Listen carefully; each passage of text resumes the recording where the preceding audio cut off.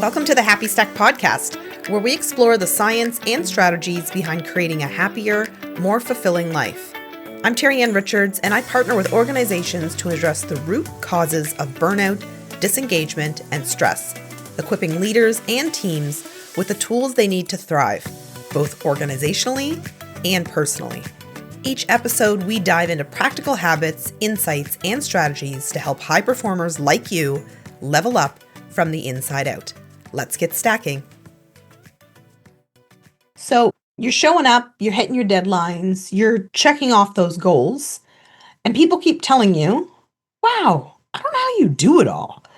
But here's the truth, something that I can totally recognize because I've been there. You're exhausted and you're probably emotionally flatlined. And the only reason you keep going, it's because you don't actually know how to stop.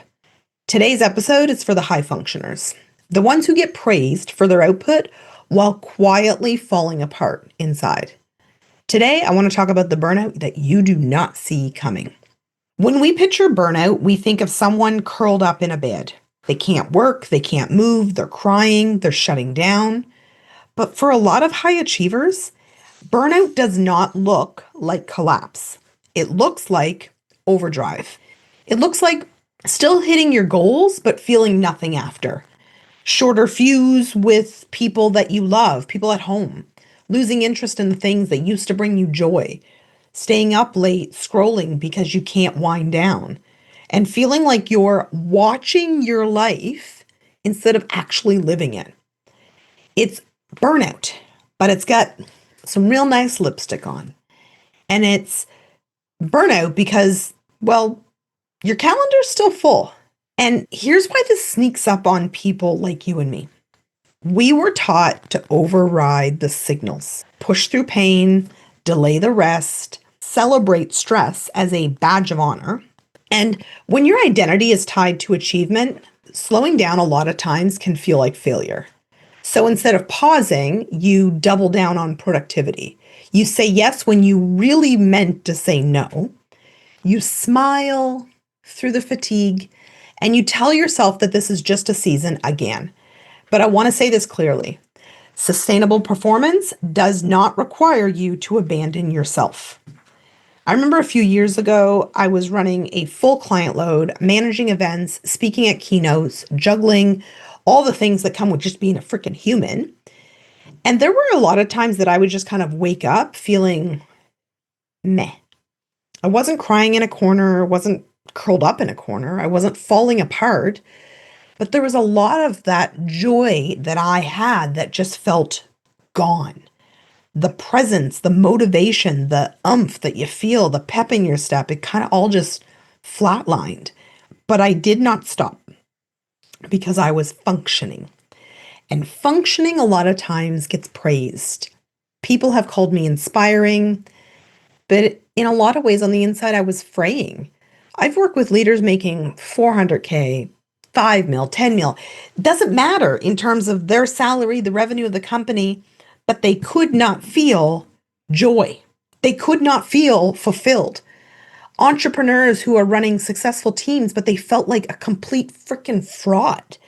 People who are doing all the right things, but they don't feel anything. That is high functioning burnout, and it is not sustainable. We got one life to live. That ain't the life that any of us want to be living. So I want to break down what's happening biologically. When you push through chronic stress without recovery, your body floods with cortisol, and over time, your system kind of desensitizes. That's when fatigue sets in.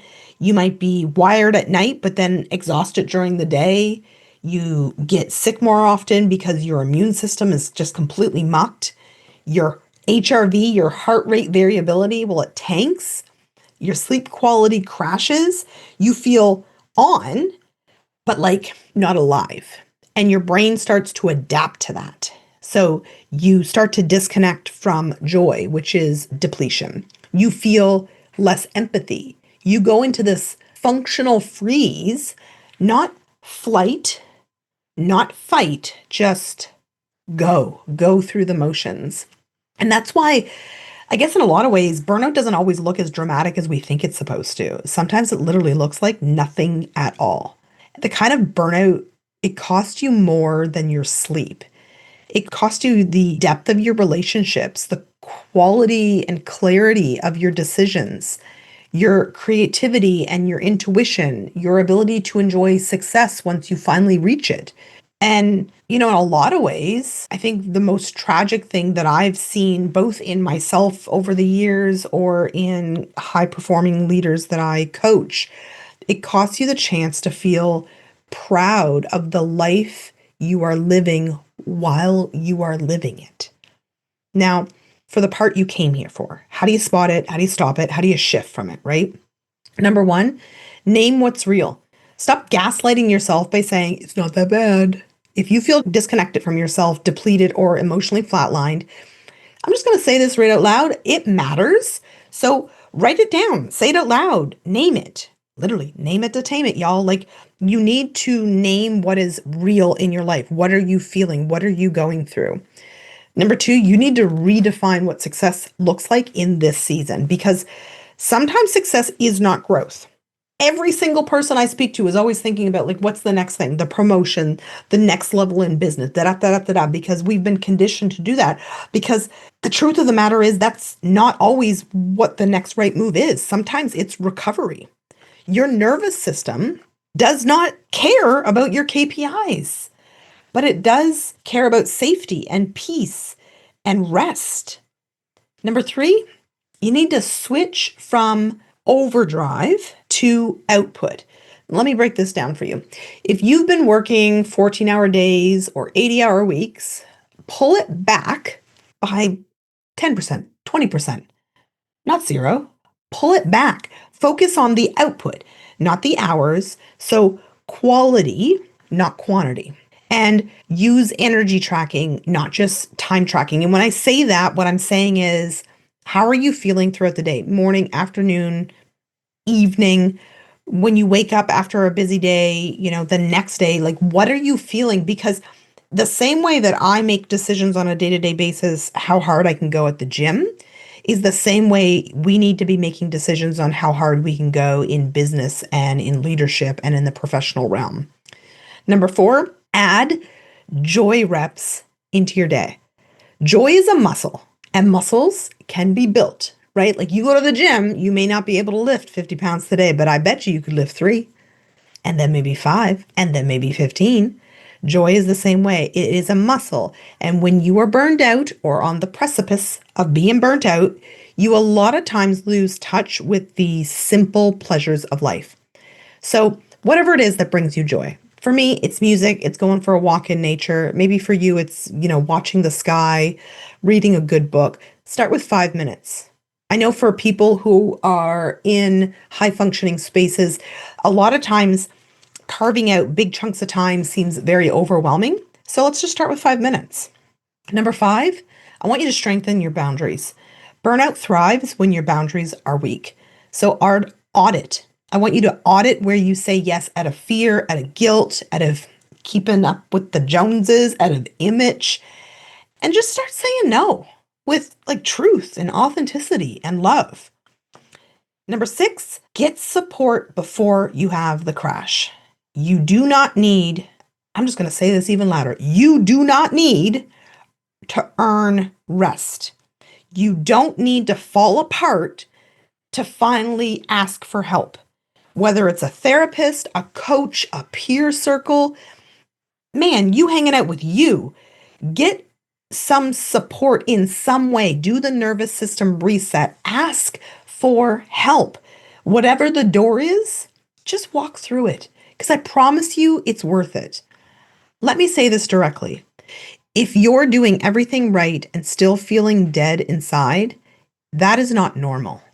That is a telltale sign of high functioning burnout. You will not be lazy if you take rest. You're not weak if you ask for help. But maybe it's time to be done carrying what was never meant to be carried alone. You, my friends, deserve to heal, and you deserve to do that without having to quit everything and burn it all down. You were born to live. If this episode hit close to home, please pause. Take 1 minute and ask yourself, what do I need more of this week? Maybe it's support, maybe it's stillness, maybe it's silliness, maybe it's sleep, maybe it's softness. And what do you need less of? Noise, overcommitment, self-abandonment. And then I want you to just act on one small shift today, because happiness is not found, it is built, and it's built one aligned choice at a time. Thank you so much for listening. Hey, thanks for listening to the Happy Stack podcast. If you enjoyed today's episode, be sure to subscribe, leave a review, and share it with someone who could use a little extra happiness in their life. Let's keep stacking those wins together. See you next time.